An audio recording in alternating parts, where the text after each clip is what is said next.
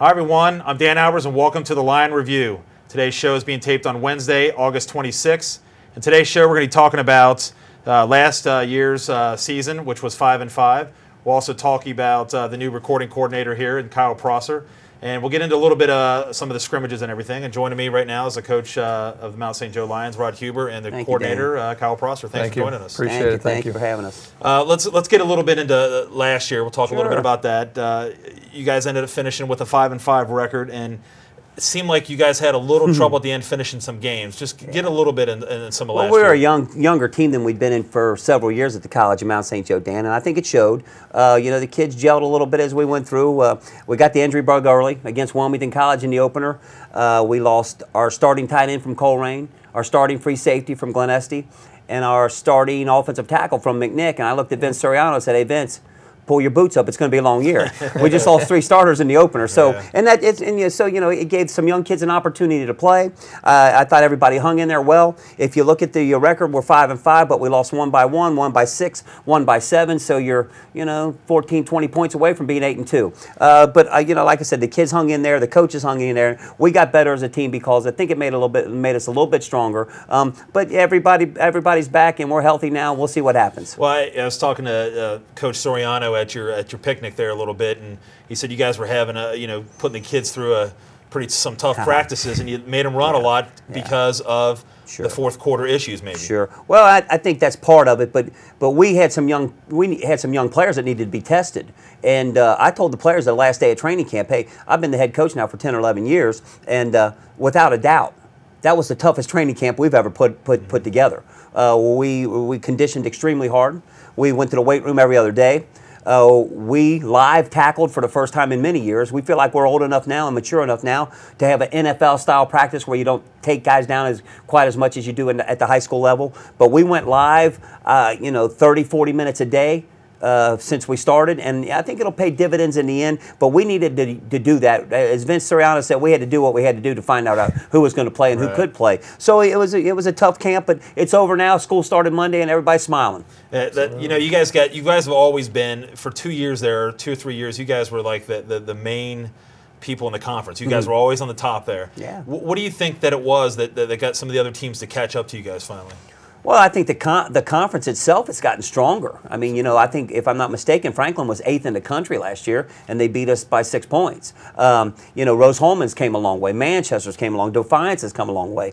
Everybody in the conference has gotten better. So I think the competition is relative. Anybody can win this conference, and I like that. Our kids, that's a tremendous thing to know that week in and week out that you're going to show up and have an opportunity to play a game and win the game, and in 8 or 9 weeks from now, you're going to have a chance to win the conference and make a run at the playoff berth. So, we're taking it one day at a time right now. We're a little nicked up, but kids are coming back after the tough camp, as we talked about. We're getting some guys back on healthy. And this Saturday, we scrimmage Center University out of Center College out of Danville, Kentucky. And that'll be a great scrimmage for us. And then we start getting ready to rock and roll for the real schedule.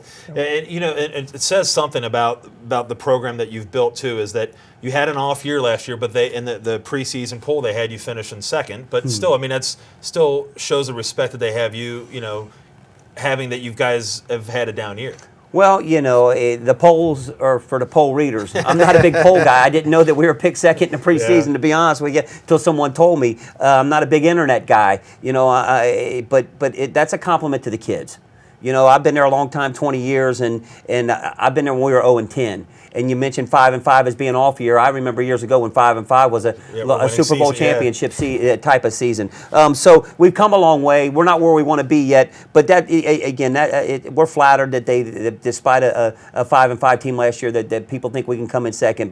But again, we got to prove that week in and week out. And we're a one day at a time program. We're focused on one opponent right now. And I've told the kids I don't want to hear about conference championships. I don't want to hear about the conference at all. Right now, we're getting ready for Wilmington College on September 5th. And we're going to go into a little bit with the scrimmages now. We're going to have some highlights here, hopefully, to that we'll see with some of the scrimmages you had. Just talk a little bit about, is that a difficult thing when you do an inter-squad scrimmage? Well, today we had a pretty good scrum out there on the field. We had a few guys throwing the fisticuff out there today in practice, and the kid looked at me and said, "Coach, we're tired of hitting each other. We're entering the third week of playing against each other, and finally center will be here this Saturday." But like I said, you can just tell the kids are excited to play someone else. It doesn't matter if it's center or Wilmington, whoever. But after 3 weeks of beating on each other, they're ready to go. So I feel good about where we're at right now. We're not there yet, but we've got a lot of things done, and we're heading in the right direction. That was the next question I was getting ready to ask. Do you feel like those things are good, and do you get a lot out of those inter-squad scrimmages? We did this year. I don't know if we did the last couple of years because we knew who our starters were. That's the difference this year. We're looking for starters. We're looking for that sophomore, junior who maybe spent the last year or two on the JV level, and this is his year. So the inter-squad scrimmage this year, and we'll show some clips here in a second, it was exciting. There were some young kids out there who'd never been on the varsity field before, played 2 years on our JV team, and we like to think that's where we're at with our program now, that you just don't come to Mount St. Joe as a freshman and start. Right. You come to the program, you pay your dues, you're on a JV squad for a year or two, and then you get your opportunity to play at the varsity level. And we're not there yet, as I said earlier, but we're getting closer to that point where the freshmen play a year or two at JV, and then they earn their stripes on the varsity. So the scrimmage was very well done. All right, we're going to go ahead and go right to our highlights of our scrimmage, and we'll check that out here in a minute. Oh. All right, here we go. We got some of the highlights that we got here, and I think this first one is just the first one's a big play, Danny. Yeah, we got a kid that didn't play last year because of a blood disorder, and that's a kid out of Elder, Jeremy Brink, and that's Patrick Tracy out of Georgia kid, throwing to Jeremy Brink for a long ball. And one thing Coach Suriano talked about to the team earlier, that, hey, we want to be a deeper threat this year. We want to have a deep threat. And obviously, with that starting off with this inter-squad scrimmage with a big play like that helped. That's a defensive cut up there, and I believe that's our defensive line. 2 seniors, Alex Harbin and Randall Mitchell out of Columbus, Ohio, and Alex is out of Elder, coming off the edge, and Randall plays the 3 technique in the middle there. Here again, it looks like you got another. What do we got? Another defensive series going on here. Yeah, and I'm gonna let my linebacker coach and my recruiting coordinator, Coach Prosser, say a few things about the next couple clips here. Yeah, the big thing about our defensive line this year is we have a lot of maturity. Back when I was a Lion, that was a big part of our defense. Our anchor was our defensive line. We had a bunch of guys that have played as juniors and seniors and could anchor it down. And having Alex Harbin on the field really helps us. Being a 4-year starter this year, we look for him to do big things. This is Brandon Brown, transfer from Wittenberg, from Atlanta, Georgia. Right now he's number 3 on our depth chart. He's looking pretty good, though. He'll be a good scat back for us when you need a change of pace, other than pound the rock with Jake Davis and Noah Joseph. Another running back by committee again this year? Correct. Yeah, and I find that ironic, Danny. Both of our 2 of our tailbacks are both from Atlanta, Georgia, and Jake Davis is from Anderson High School. A lot of people know him from here in the area. That's the Brown kid again from Wittenberg, putting up about 7 or 8 yards on the inside play. And it looks like we got an offensive series again, or? Yes, this should be the play where you see Noah Joseph, another Atlanta Georgian, come up, do a little shake and bake, and get to the outside. And again, I told you earlier last year we got the injury bug, and this is one of our examples. We lost Noah Joseph in the 4th game, right. And this kid was just getting getting his groove on. And you can see there he's got a nice little move to the outside. He's got great hips. Very, very, very fast type of kid. Acceleration-wise, I don't know if he's a true burner in the 40, but his first 2 or 3 steps get him off the edge or get him past the linebacker, and he's very strong once he gets into the secondary. Did he lose some weight? He looked absolutely. Yeah. Yes, he did. Well, we had a good winter, and I attribute that to Coach Prosser and the guys that helped us in the off-season weightlifting program. Vince Suriano and a couple of other coaches. But we definitely got stronger this winter, and conditioning was a huge factor in the spring football, starting with setting the tone with the conditioning program. We got some more highlights here, and I believe we are on defense again or offense? That's the defense, and that's Harbin off the edge. And I think everybody who knows a little bit about Mount St. Joe football, Alex is a Division I transfer. He was offered a full ride and played a year of Division I football. Just didn't like that level of ball. Had a bunch of buddies at Mount St. Joe and showed up on our campus and has done a great job of maturing, being a leader in the program. There he is again up the middle, I believe. And who else was that, Kyle? Him and Corey Erschwinder. Corey Erschwinder has been one of those 2-year JV guys that Coach Hubie talked about earlier. He's really developed in the offseason. And, we look for big things out of him. both from the secondary. Northwest High School coach? Correct. He's out of Northwest High School. Coach Jeff Neal's guy. And what do we got here? Got a long Oh, we got an interception. Got the interception. Who was that, Kyle? That's Stein out of Louisville. Louisville, Kentucky. Correct. A junior, another kid that's been on the Junior, JV for a couple absolutely. years. It's like you got a lot of guys from a lot of different parts of the country. Danny, I mentioned that to the athletic director today, that we have 9 states on this football team. That's awesome. We got them from New York, Missouri, Florida, Georgia, Tennessee, Kentucky, Indiana. There's a kid out of Florida right there. We call him Gator. David Davis, a little corner. Yeah. Again, another guy's paid his dues on the special teams and the JV level, and he's slotted to start this year, Coach. Correct. Starting at the open corner. We get a lot of emails from his family down in Florida during the games. Absolutely, during the games. Yeah, they're Well, very we'll make sure supportive. they get a copy of this the show tonight. And we got knocked. It looks Got like a it was knocked knockdown down by- on the Yeah, line. and By Kyle Alex. mentioned it. We're counting on our D line. The kid that's injured right now, but he should be back. Is the kid out of Coleraine, the Fox, and he's had a good camp. He's a little nicked up, but he was a starter last year. Him and Hambrick, the other young man at Elder High School, Brett Hambrick. So we feel real good about the front four on the defense when they're healthy. Another knockdown pass off the edge. I think it was Harbin. Correct. That's what Alex brings. His athletic ability and him able to drop out in coverage and come is going to be a real handful for people in our conference this year. He's got a long ball. Yeah, this Yeah, is Pat again. Tracy to Derek Tabor. Yeah, and I mentioned it earlier. Coach Serrano spent a lot of time in the spring stretching the field with these kids. We've got a nice controlled passing game, but if there was something that he felt like we lacked at the end of the year last year, it was the ability to go deep. And with Brink back and Tabor back, and our quarterback just got healthy this week, Division I transfer out of Miami, Ohio, Craig Mustard from Mason High School. So he's healthy and he's practicing this week. That's Patrick Tracy again, the guy that's battling for the starting position, and he's had a good training camp as well. And you got Mike Zeiss back as well, too. Zeiss and Surgeon, both Anderson kids, Brad Surgeon and Mike Zeiss. And we picked up another transfer from Ohio U, Evan Mextroff. And I believe Evan's an Anderson kid. Yes, he is. And he's fitting into the scheme pretty well on the edge. Another another deep long ball. That's the start, and I think that's the end of the clip for today. Correct. So, the great highlights. And what, as this goes. Okay, those were just some great highlights that we had, and Kyle was the one that took care of that for us, so we appreciate him doing those highlights for us. And now we've got the opportunity to talk to the recruiting coordinator for College of Mount St. Joseph, and Kyle Prosser. And Kyle, just kind of explain, you're a former player, kind of explain your route to Mount St. Joe, the high school you went to, and why you chose Mount St. Joe. I originally started off at Oak Hills High School, had a great 4-year career there with Steve Sheehan, then got kind of stuck in a bind between the Mount and Heidelberg College up in Tiffin, Ohio. Decided to go to the Heidelberg for a few years, didn't like it. Coach Hubie gave me a call, heard I was in town. He said, hey, why don't you come up here, let me walk you around, show you the new things we got going on. Love the new complex, the weight room's always been upgraded. And the good thing was when I chose to go to Heidelberg, Coach Hubie told me, hey, you don't like it, you're always welcome and loved here. That's great. That's our pitch to the local guys. Exactly. So came back, gave it a try, and ended up being a 2-year starter and being on 2 back-to-back playoff teams. So All conference a couple times. Absolutely. Kyle's a great player for us. We remember calling your name Sure. quite often. And explain what you do now about the recruiting coordinator and really what your role is going to be this year. My role this year, I'll be helping with the linebackers, but as far as recruiting, the big thing, as you can tell from the highlights, where we have a lot of local kids from a lot of big-time schools. The biggest thing, I think you get those top-notch players, they can really help excel your programs. Or in years past, we were losing a lot of the Cincinnati kids, to the northern schools such as Capital and the Mount Unions and the Ohio Dominicans and stuff like that. So everything, I think everyone's starting to see the hard work and dedication that Coach Soriano and Coach Huber have put in, and really starting to see the changes and willing to stay home and fight for that conference ring. What do you I think that's important, though, Dana, and Kyle and I've talked about that.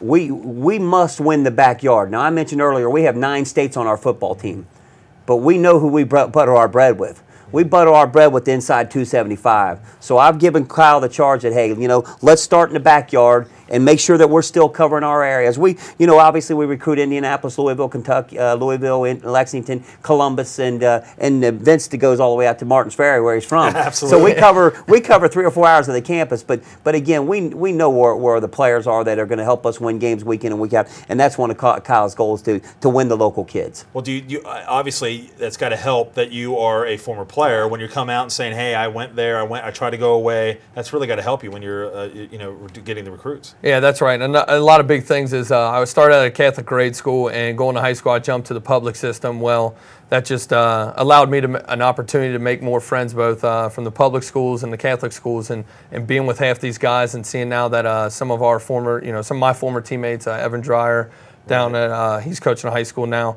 Down at Western Brown, and he's the head coach, and coaches I've had in high school and college in the past that are all over the city now, kind of gives us an in, both with me and our current staff we have. Well, are you going to do a lot of traveling during the season, or is it more like coaches give you information, or you do it on the web? How does that all work? We use a little bit of the web. We like using the Forbes report. I'll be doing a lot of traveling on Friday nights, big-time Cleveland games, when St. Ives is playing, Lakewood, St. Ed's and stuff like that. I'll be going up there on the Friday nights and putting in that time. If we can sneak a couple kids away from up north, it helps us. Well, I told Kyle I want to make a presence in every Catholic school in Ohio and Kentucky. Correct. I think it's important that obviously the Mount is very endeared to the Sisters of Charity, and I think it's critical that every school in Ohio and Kentucky and Indiana know that we have a nice small Catholic college in Cincinnati, Ohio, and we'd love to get a look at those kids. And you guys really had a pretty decent recruiting year this year. Would you agree with that? Oh, yeah. And Kyle, I didn't know if he mentioned it, but Mayville State coach? Correct. Coach was at Mayville State for last year and helped us before he went to Mayville State. But I think between Coach Serrano, myself, and Brenton Eisenhart, and a couple of the other assistants, we brought in 65 new freshmen, and that's one of our biggest recruiting classes ever. And now having Kyle full-time to focus on nothing but recruiting and coaching the linebackers, we got to believe that, it's only going to get better. Yeah, well, I really do appreciate your time, and Absolutely. Kyle, will, I'm sure you will see him, with the highlights that he's got going on, and he'll see him on the sidelines at high school games at Anderson High School. Obviously, we're a little biased here because we want the Anderson guys. We love seeing the Anderson guys play for Mount St. Joseph. We do too. Like we do too. So we do appreciate your time. Thank you. I appreciate it. So let's get a little bit into the Wilmington game. Sure. You got that opener, and it's September 5th. Is that right? Correct. Night game. Yeah, a night game. You got Coach Barry Wolf, who a former Anderson grad. I'm a fan of Barry's, man. Everybody knows. Just talk a little bit about. We were just talking. He was co-coach of the year. Absolutely. What a great job he's done. What a great job Barry Wolf has done establishing himself as a head coach at Wilmington College. Barry and I go back 25 or more years. I'm getting old, but I've known Barry forever. We're very, very good friends. Vince Serrano absolutely loves him. And Barry, they play in a great conference. It's no secret. I mean, they got to line up every week against Baldwin Wallace, Mount Union, John Carroll, and the big dogs, Capital, and they do a great job in there. And Barry deserved to be the coach of the year last year at Wilmington. He pulled off 2 great wins. And like us, they had a couple injury bugs early, but he kept the ship floating straight. They pulled off a couple upsets near the end of the year, and I think they finished 5-5 or 4-6. But just talking to him in the spring at a couple clinics and seeing him on the road recruiting, he's extremely excited about this team, and it may be one of the better teams he's had in several years, and they've given us fits, especially up there for whatever reason, and it's the home field type of thing, I'm sure, and being a night game, their first night game ever, that their kids are going to be jacked up and ready to go. But I got nothing but praise and compliments for Barry, and Jimmy Marsh is up there, a great friend of mine as well, and what a great job they do at Wilmington College. Let's talk a little bit. If I remember right, didn't you guys start off kind of slow in that game when you played Wilmington? We always do. And then you just finally got it going on. Yeah, we always do. Yeah, like I said, Wilmington's a great test. We recruit similar athletes. They recruit very hard down here in Cincinnati and Northern Kentucky, so we know each other's kids. Our kids know each other. Some of them are very good friends. And you know how that is. You don't want to lose to your buddy.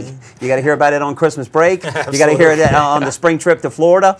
So this will be an exciting game. They run an up-tempo, kind of a Vince Serrano, if you will, type of offense. No huddle, shake and bake. And they're a 4-3 stack defense, and their corners squat down there and push you inside. They try not to give up anything long and deep, kind of like our philosophy. Never get burnt deep. But again, our kids and their kids will be fired up for this game. It's always a battle when we go to Wilmington, and I'm looking forward to seeing how our kids handle the pressure. Let's talk a little bit too about that. You know, we said you're playing a night game.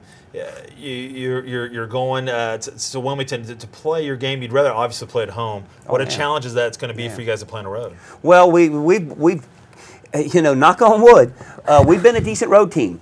Our kids get it. You know that hey, there are no gimmies, there are no breaks. Everybody in college football has full-time coaches that work 24/7 on coaching football. Everybody's prepared. Everybody has good players. If you don't bring your A game, you're going to get beat. Right. And I love that. I love that you can't have an off week and still win the game. You got to bring your game. You got to prepare your kids, and it doesn't matter if it's Mount Union or Wilmington or Mount St. Joe. College football in Division III, there's a ton of parity. Now, don't get me wrong. There's a few on the top end, but if you look at at Division III football, there's 260 or 70 teams in Division III football. There's 20 conferences in Division III football, and that's the beauty of D3 football. Any given Saturday, you can walk out there and beat somebody, and I think that's a great challenge. Yeah. Well, let's talk a little bit about some of the guys that you got coming back. You know, one at the quarterback position, you had Vince Palmer. He will not be back. Talk a little bit about who is your front runner for quarterback. Yeah, you know, Vinny was very good to us. Vinny won us a bunch of games the last couple of years.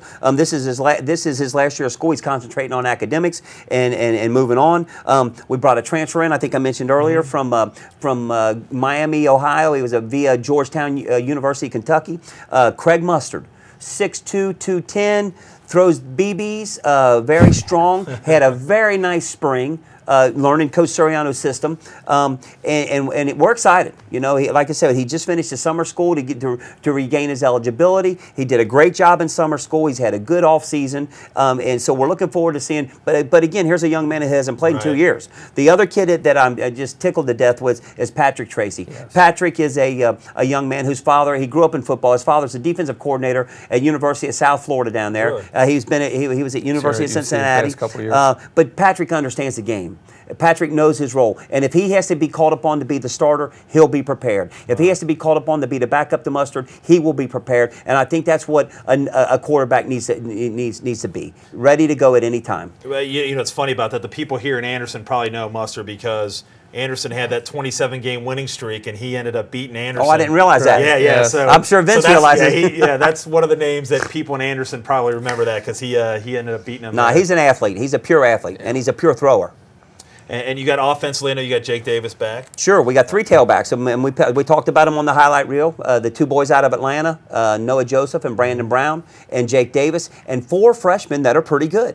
It's nice having 7 tailbacks. People ask me why you need 7 tailbacks because it's college football. Absolutely. And so that we feel good about the tailback position. Up on the offensive line, Anthony Walsh returns as a 4-year starter. 4-year starter along with our three puppies last year. The freshmen that have come back, a couple inches taller, a few pounds thicker, and ready to rock and roll. So we have a very good battle-tested offensive line. So. And then I think the other senior on the O-line, Chris Harrison out of Oak Hill. Chris Harrison, absolutely. So there's some guys up there. And then in the receiving corps, Zeiss, the Anderson kid, Surgeon, the Anderson kid, Tabor, Brink.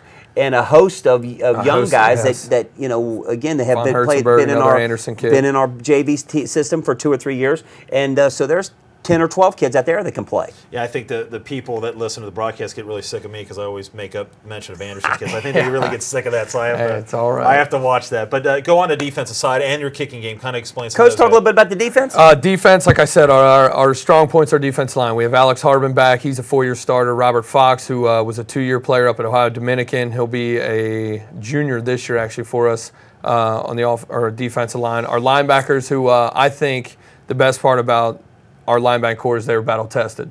You know, like you guys talked about earlier, going up to Wilmington, playing a night game. We've gone to Illinois Wesleyan, one of the top teams in the conference. We've played the Wheatons, the Wallbashes, the Franklins. We went to Wisconsin last year. Correct, with Vince Smith, and we had Justin Guy, our senior rated linebacker. He hurt his shoulder, so he's done. But gives guys like Eric Prosser, my brother. He finally gets to step in the shoes of big boy. Yeah, and get out of big brother's shadow, how he puts it. Secondary, they've all been tested. Corey Harden, who has just been a great inspirational story. He came from where, Coach? St. Francis, right? St. Joseph's. St. Joseph's. Division II player. Lost his hand in a car accident. You know, Wow. a lot of people said he couldn't get it done, and he's done nothing but open eyes and make plays for us. Right. Juan Helvey is a Middletown kid. He's 6'2" DB that just flies with the wind. Gator, as Coach Huber mentioned before, and Ryan Smithmeyer, another elder kid. So we bring a lot of experience and a lot of passion to where, you know, maybe last year was lacking a little bit, but defensively we'll be strong. We got a couple young freshmen. Hate to bring up the Anderson factor again, but Adam Bigelow, he's starting to step in. We got Mike Seelans out of Atlanta, who's another Atlanta, Georgia kid. We've done a good job in Atlanta, obviously. Yeah. Underclassman Kevin James, who's out of Ross. So we're young, we're big, we're strong, and we're hungry. So that sounds like that. You guys obviously can see the passion that you guys have. Thank you. It gets me going too. Gets me fired up, and ready to go. That's But what we do. real quick, do the kicking game. Who's going to be your kicker? Who's going to be? Oh, your punter? that's always a question mark around St. Joe. No, we again, and you hate to keep beating it up, but Joe Vorkamp is the guy. Another Anderson guy. Anderson, There you yeah, go. yeah, How about that? He's being pushed by the kid from Oak Hills, the Brian Weimer Weimer, who's kid, an and we Oak brought a Hills kid kicker. in from Wapakoneta, Ohio, Dan Drips. Dan Drips. So there's three legitimate kickers. We got two guys battling for the punting job. Joe is obviously in the running for the punting position, along with Ben Parr from Newcastle. Newport Catholic kid. And then is Seelans accepting is well. backup punter as well. And then Mike Russell, who, thank Yeah. gosh, is back this year. Yeah. So we finally got him back. He's healthy. Mike Russell, yeah. We're Full-rank excited. kid. He'll make some noise for us at the wide receiver. I'm going to go with Joe Vorkamp. He's got a shot. He's a senior. He's got it, yeah, We like absolutely. seniors. So, but we really got to start wrapping this up. Sure. We really do appreciate you guys coming here. I know you guys got to drive quite a distance to Sure. get here, but this will be shown on Anderson Community Television, and then once I get the bugs worked out, we're also going to have it on USBN Sports, where Okay. we're actually going to have this at some time. This will be live.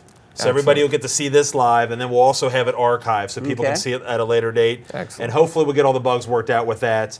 And then we'll also have some of these interviews and stuff will be on the website as well. So we really got to thank a lot of people. Dane Newmeister really Sure. helps me a lot. Absolutely. Without him We on keep game him busy. day- Yes, we do. Yeah, without him on game day, I think I'd we be have in trouble. 125, 26 on the roster.